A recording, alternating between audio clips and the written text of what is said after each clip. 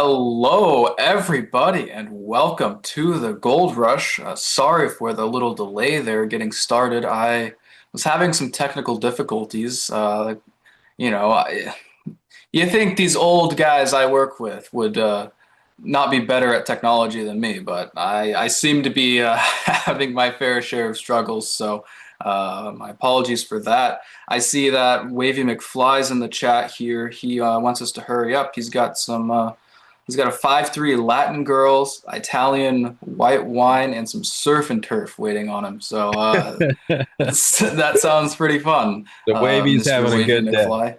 Good, Yeah, good job, yeah, he Wavy. has it figured out. Nice. But yeah, we have a lot to discuss here today. We think a big move in the bond market is coming, and we think that will be a big help to a lot of these commodity futures that we're looking at. We also continue to think that we're in a weak dollar environment, so we have some charts to talk about with respect to that. We have some natural gas charts. Natural gas is making moves. It's been beaten down pretty good over the last few months, but it looks like it's due for a bit of a little scoop and score. So we'll talk to you about that setup and much more today.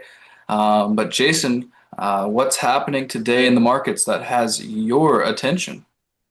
Yeah, the biggest thing to me is just, this chart of yields, and everybody keeps talking about the same thing, which is yields are going lower. Short end of the curve, yes, and this is, I think, where it gets confusing for people, and I can't really articulate it right. I guess I haven't figured out the right words because there's many different parts of the yield curve. One of those parts is the 30-year yield. And part of the reason why I've had the thesis for so long that yields are going higher is the 40-year cycle. Like if you look at the 40-year cycle, you come out of a deflationary period, which was in the 30s. This is the Great Depression era. We come out of that deflationary period, we get to an inflationary period, and basically that has a blow off top that happens in 1982. Then we're 40 years in a down cycle for yields, which ends up with yields hitting its lowest level in 2020 during the pandemic, during COVID. Ever since then, we've kind of been in an uptrend. And the reason why I keep saying like we're headed higher, I think if anybody in the world was looking at this chart who's a technician and they would say, yeah, that's an uptrend. Let's say we put a different name on this. This is NVIDIA. They would be like, man, there's probably going to be a massive move out of this bottom. But because everybody's watching the Fed or they're watching economists or they're whatever they're watching day after day, they continue to say that yields are heading lower. And they're gonna head, like the other cycle. They head up, they head down. This is very normal in the market. But here, this is consolidation, and we're in a period of, hey, they're gonna force lowering rates. Like when we force things in the bond market, we see things in a bunch of different ways. Let's get to the next chart to show that. And just on that long-term chart, Jason, like, Mhm. why do you think it's in a long-term uptrend? You went over the cycles, but like to me, like seems like we're in a raging bull market. Like the economy is doing very, very well around the world. You can look at financial stocks, for example, arguably the most important sector in the world. You can look all around the world. You can look at South Korea, you can look at Europe and the Deutsche Bank, and all over Asia, the United States. I was recently writing about the Canadian financials making big moves. That to me speaks to a very strong economy, um, and a strong economy means higher yields at the long end. Yes, and I think so too. And I think that the global economy is strong. Now, there's going to be pockets of weakness everywhere, and people are going to point to the United States and these things. Sure, there's pockets of weakness here and there, but the United States is holding up fine. Globally, it's doing a lot better. If you even look at emerging markets, that's where actually all the global growth is right now. So once again, like we're in a period of weak dollar, most likely higher yields or elevated yields. The one thing we know completely is that inflation is sticky. We know this without a doubt. So if inflation is sticky, and then also we say that yields are going to go down with sticky inflation, with global growth moving to the upside, and so on, that just sounds the backwards to what yields usually do to me. And not to mention looking at, the Fed rate here. Yes, so there's two different parts of the curve on this chart. Now there's many different parts of the curve. There's, 1 month, 3 month, 1 year yields. I mean, there's yields all across the curve, all different durations. But if we look at the Fed rate basically is going to come down. And that doesn't mean that the 30-year has to go down with it. Sometimes the 30-year calls bullshit. And I think that's a very important term. It's very scientific, but bullshit is honestly the best way to put it, which is look at 2018. Great time. If you were trading during that time, it's a great example of what happened. Gold started to move up.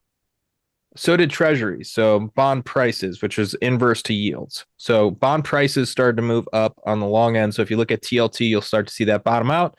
We started to move up. Basically, yields then rolled over.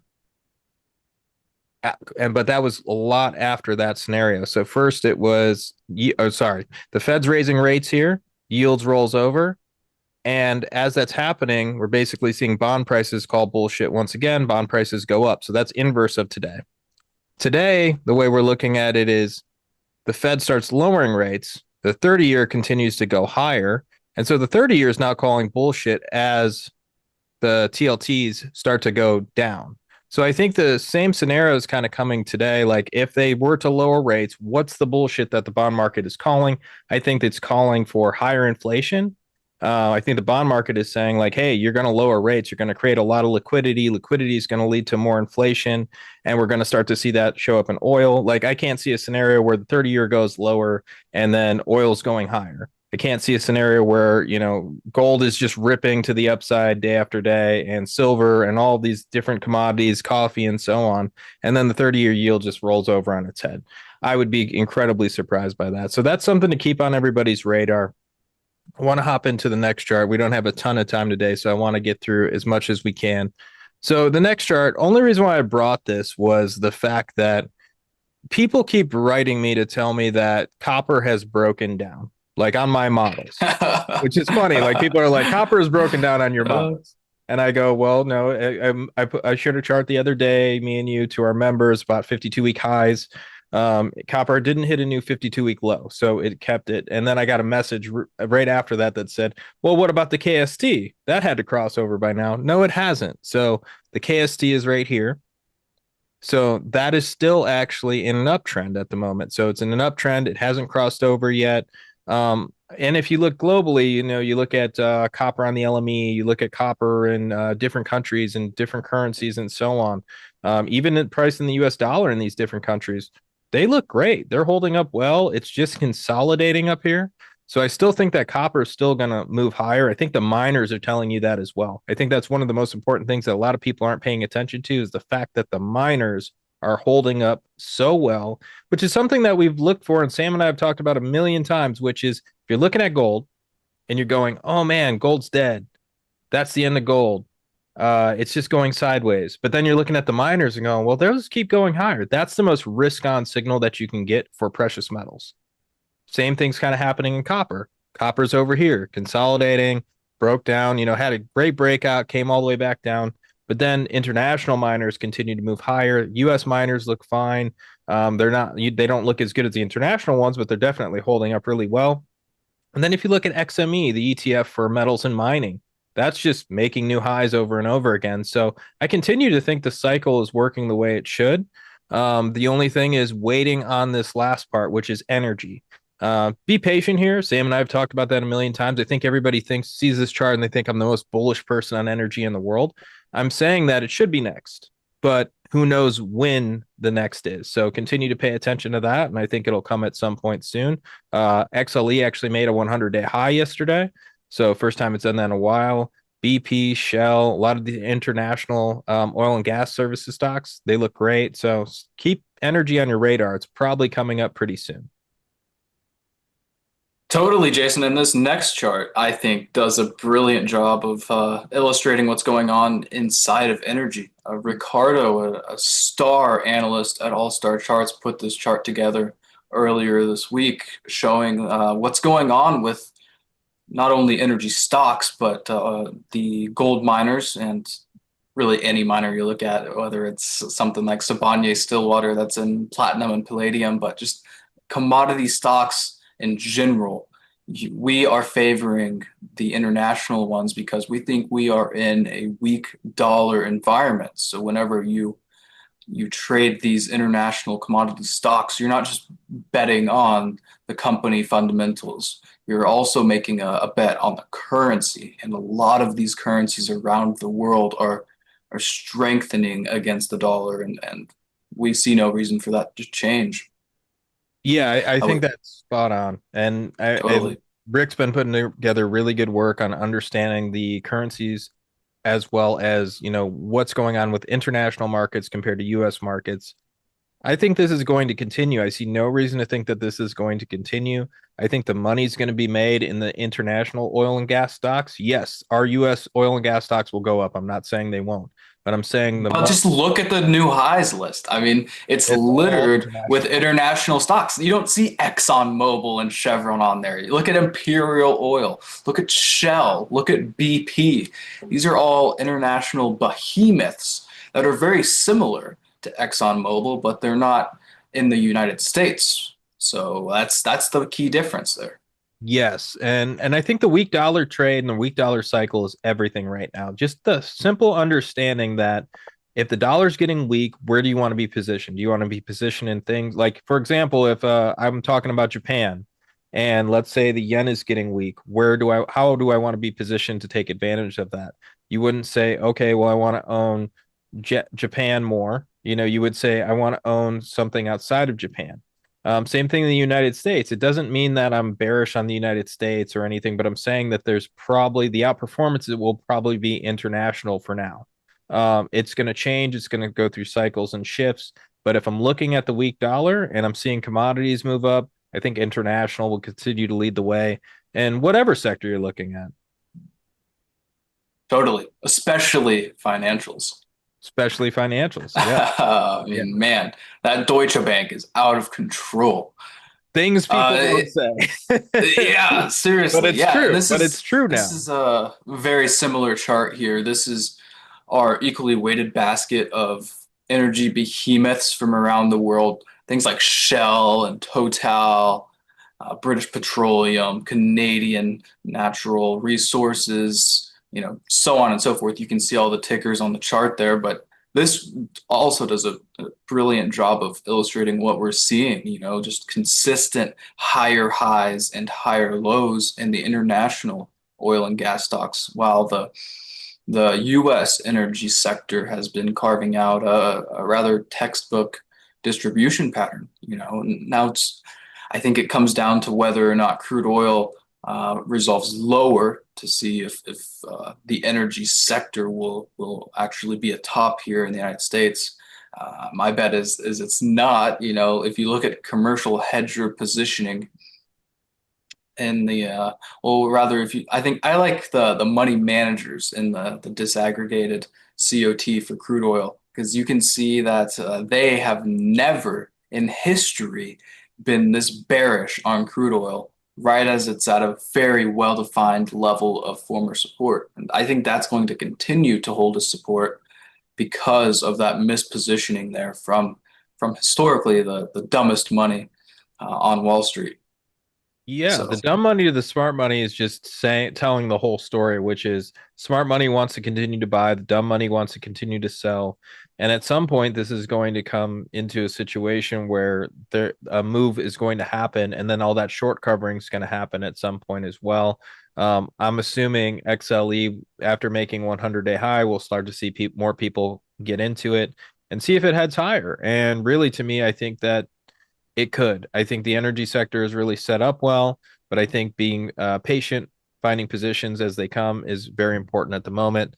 Now we're looking at natural gas. I think it was up 3% before we got on today.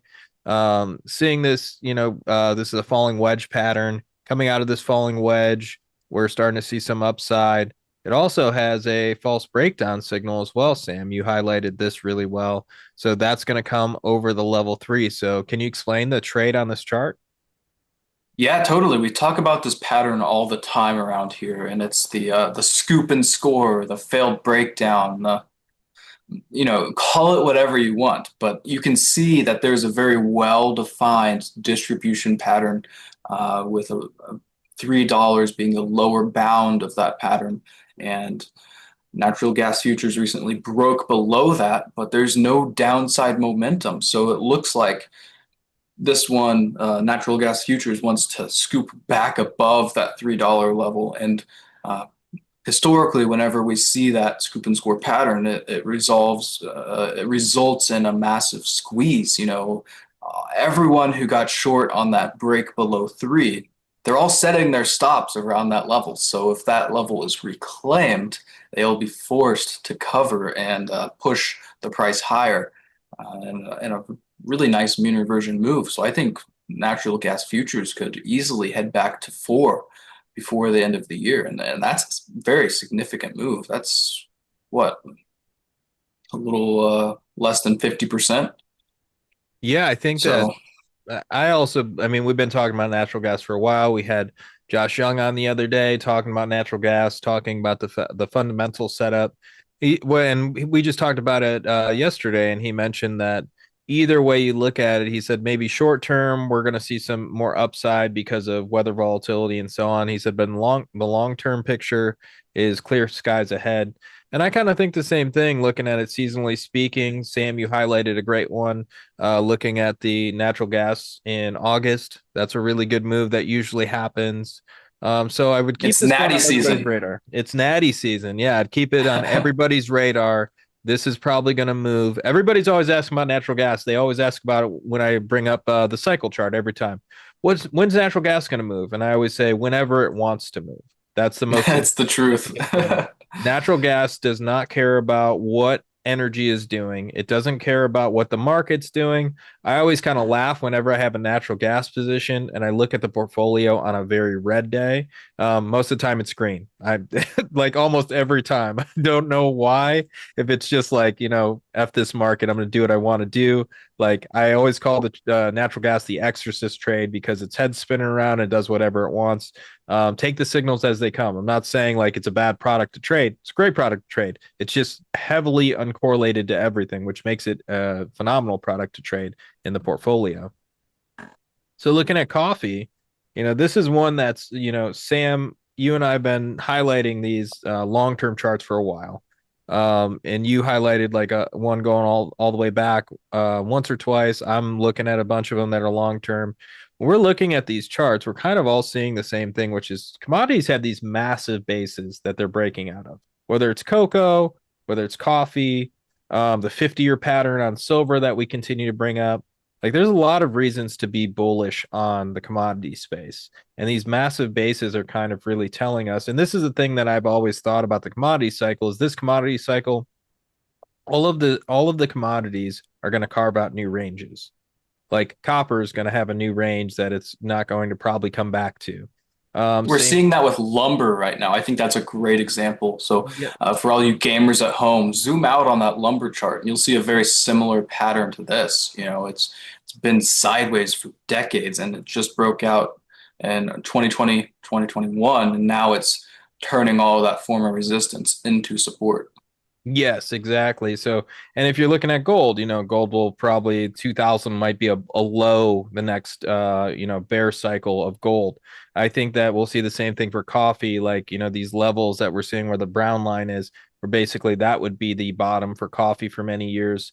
Copper probably won't go back under five and so on. That's all not happening right now today, but I think that's close to happening. And this one broke out and then came all the way back, retested that breakout and it's going higher. One to keep on everybody's radar. Sorry, there's no ETFs for it these days. Joe It's ETF. up almost 30% this Yep. month, Hey, Jason, if you're in and Europe, there's nobody's talking actually about it. yes, they're in, and if you're in Europe, actually, there is a lot of commodity ETFs for coffee, which is funny.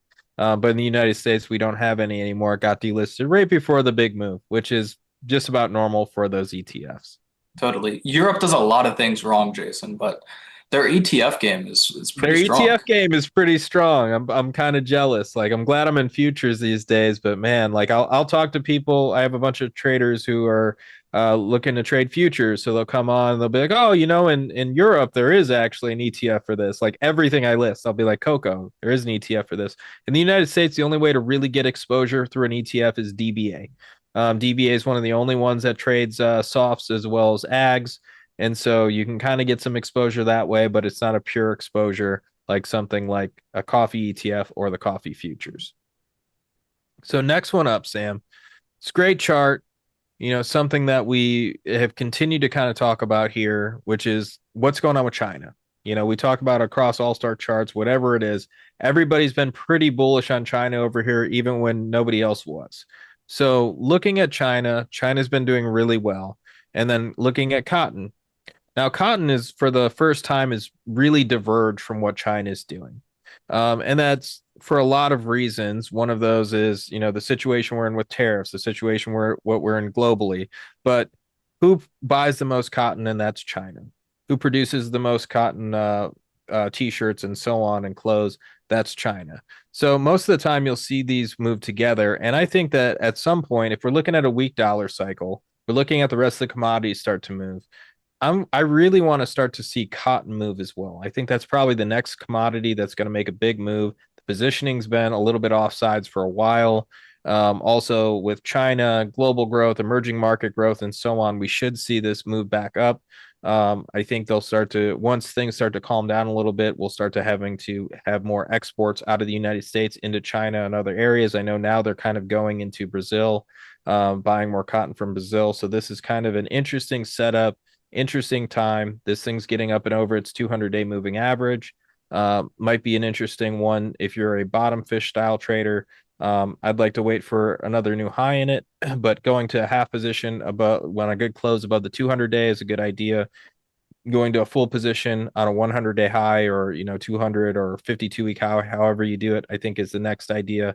And this thing will trend. When cotton trends, it really moves. Like you can see back in the end of the 2000s, even in 2020, like cotton had some really smooth, nice trends over those years. I think one's setting up right now, and it should. I would be surprised. Everybody keeps asking me about this one too. Do you think China will catch down to cotton? And the answer is absolutely not. That would be the most surprising thing that could happen. Markets like to make a fool out of everybody, so you never know. That could be something that happens. I would be very surprised though in an environment where the dollar's getting weak, international stocks are ripping that much. I think that cotton will follow China and probably end up moving to highs pretty soon. Totally, yeah. And if you go to the next chart, Jason, so like not only do we have a really, really nice Bollinger Band squeeze shaping up here, but you also have extreme um, pessimism from the speculators. The speculators, the dumb money, are holding one of the largest net short cotton positions ever in all of history. And this comes after cotton's gone from like 160 to 60. It's gotten crushed over the last few years. And now they want to build their largest net short position. I mean, what are these guys thinking? I think they're about to get steamrolled. And I think that'll come on a break above that 70-ish level, which would also start to unwind this Bollinger Band squeeze that we're seeing. And Jason, you and I know we've looked at a million charts over the years. And man, do the best moves start with extreme volatility compression. And when you overlay that with the mispositioning in the COT, this is one of my favorite setups in the entire commodities complex right now. Yeah, I agree. I think that's well said because the chart you kept highlighting about platinum, that was one hell of a setup. If you see and right now we're seeing in the CRB index, lowest volatility ever in the CRB index. So I think a lot of these are just set up to make major moves, and it's going to catch a lot of people off guard. So biggest part of the story today, continue to pay attention to these things. I think commodities are set up to make a huge move. We've seen gold, we've seen silver, copper even tried to join the party. All of these have joined the party in different ways at different times. Even the softs, orange juice was really great a couple years ago. Hasn't been great at all lately, but it was really great a couple years ago. Same with cocoa, had a huge move. Coffee, huge move. Looks like it's still going. Now I think it'll be cotton, possibly the CRB index, which is mainly energy. So if we start to see those move, the commodity cycle is really on, and that's time to kind of get very broadly involved. So Totally, yeah. And I will drop a link in the chat Right now, we have a special offer for Gold Rush. As you can see on the screen here, the usual price is $12.99 for an annual plan to All Star Charts Gold Rush, which includes Jason and I's, as well as some others on the All Star Charts team. Research on all things commodities that includes energy, metals, coffee, cocoa, everything across the board in commodities. We cover it, including precious metals note every single Monday, where we are outlining precious metal stocks in every single one of those reports. And boy, is it an amazing time to be looking for precious metal stocks. They are absolutely ripping. You can look at the ETFs, and they're crushing it. Since gold made new all-time highs. Um, Yeah, 80%, about 80% in the GDX the other day. Yeah, it's off the charts, Jason, and nobody's talking about these. People can't get over the AI stocks. And like, sure, AI has been great and it's been wonderful, but that's not all there is out there. Diversify your exposure into some of these other areas that are performing extremely well. We talked at the top of the show how we think there's a big move in bonds coming. We're constantly outlining bond trades in our Bond bond trades, report. currency trades, any of the stocks inside the commodity sector. So anything you guys are looking for, feel free to jump in, hang out with Sam and I, ask us questions. We love to hear from you guys. We got to head out. We'll see you guys soon. Next week, we'll be having our video for All Star Charts Premium members, and we'll see you then. Adios, everyone.